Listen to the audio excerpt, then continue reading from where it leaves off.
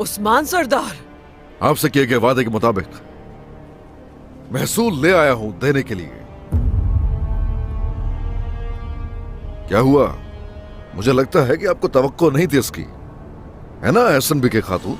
इसी का इंतजार था। बिल्कुल। जो सोना आप लाए हैं, क्या उसे हम देख सकते हैं उस्मान सरदार? हाँ, देख लीजिए, बिल्कुल।